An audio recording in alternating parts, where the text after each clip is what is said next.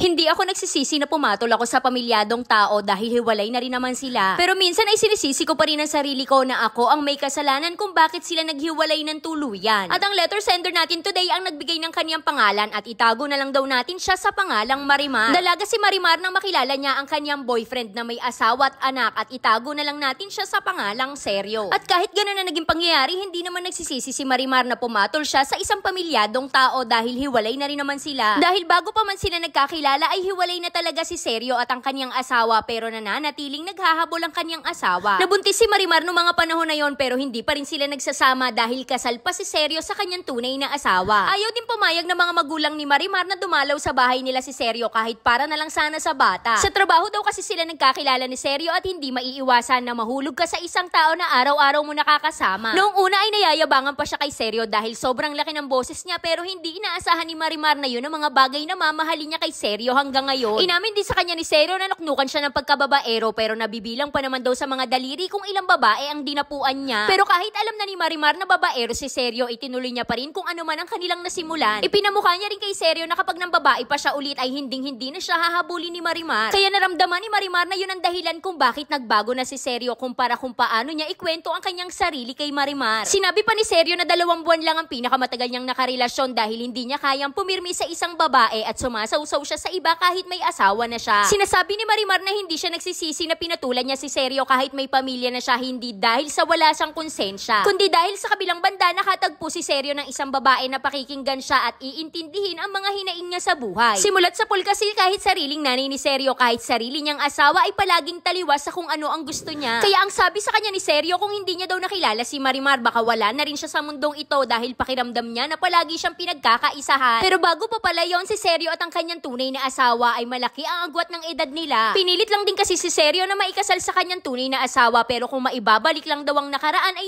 hindi na siya papayag. First year college pa lang kasi noon si Seryo nang pinatigil siya sa kanyang pag-aaral dahil kailangan niya na daw mag-focus sa kanyang magiging pamilya at sa kanyang asawa. Sa madaling salita, pinagtrabaho lang si Seryo ng kanyang nanay pati ng kanyang asawa hanggang sa huling sandali na magkasama sila. Minahal naman daw ni Seryo ang kanyang asawa pero pagkatapos nilang ikasal ay nakita na daw ni Seryo ang tunay na ugali ng kanyang asawa. Na parang hindi na siya ang babaeng pinakasalan ni Seryo at pinakita din sa kanya ni Seryo ang mga chat ng kanyang asawa. Nakita ni Marimar kung gaano kababa ang tingin niya kay Seryo at palagi niyang sinasabi na wala siyang mararating sa buhay at hanggang doon na lang siya kung nasaan siya ngayon. Kaya kahit may choice si Marimar na bumitaw kay Seryo ay hindi niya pa rin yung ginawa dahil ipinaramdam niya kay Seryo na kahit sa pinakamadilim na parte ng buhay ni Seryo ay nandun lang si Marimar. At ang isa pang dahilan ay ang asawa naman talaga ni Seryo ang palagi nakikipaghiwalay pero pinapakita niya sa ibang tao na okay ang kanilang pagsasama. Kaya noong malaman ng ibang tao ang tungkol sa kanilang dalawa ni Seryo, silang dalawa ni Marimar ang lumabas na masama. Kaya inaamin naman ni Marimar na masama ang pumatol sa may asawa pero hindi naman siya papatol kung hindi naman talaga sila hiwalay. Sa katunayan ay pinupush at pinipilit niya pa si Seryo na makipagbalikan sa kanyang asawa para na lang sana sa mga bata. Kaya sa ngayon ay hindi na naghahabol ang asawa ni Seryo at nakapag-usap na rin sila tungkol sa mga bata. Ipinagpatuloy ni Marimar at ni Seryo kung ano man ang namamagitan sa kanila kahit gusto ng mga anak ni Seryo na maghiwalay na silang dalawa, kumakapit pa rin sila sa isa't isa. Hindi naman daw humihingi ng payo si Marimar pero kung may mga tao at tagapakinig na gustong mag-comment ay okay lang din naman daw sa kanya. Kaya hanggang dito na lang Ate Charis. At dahil hindi ka naman humihingi ng payo, dito na lang ako magkokomento dun sa sinabi ni Seryo na pagkatapos niyang pakasalan yung asawa niya bigla na nag-iba yung ugali. Kasi kay Seryo na mismo nang galing nanuknukan siya ng pagkababaero at kahit may asawa na siya ay sumasawsaw pa rin siya sa iba. Kaya anong aasahan niya na magiging ugali ng asawa niya? Natural magiging dragonita. Kasi sino ba namang misis ang magiging mabait kung babaero naman yung asawa mo, di ba? Alam nyo kasi akala ng mga ibang boylet na bigla-bigla na lang nagbabago yung mga ugali namin. Pero ang hindi nila alam, nagre-reflect lang sa amin kung paano nila tayo itrato. Kumbaga, ang mga ugali ng mga misis ay nakadepende po sa mga mister kung paano nyo kami itrato bilang asawa. Kasi kung walang yakan lalaki, syempre, sigurado yun, mas walang yakabe, di ba? Pero kung ikaw ang tipo ng mister na mapagmahal at mapag-alaga, sigurado doble nun yung kaya naming ibalik. Kaya kung gusto mo na maging tahimik at matiwasay ang iyong pamumuhay, siguraduhin mo maging mabuti kang asawa.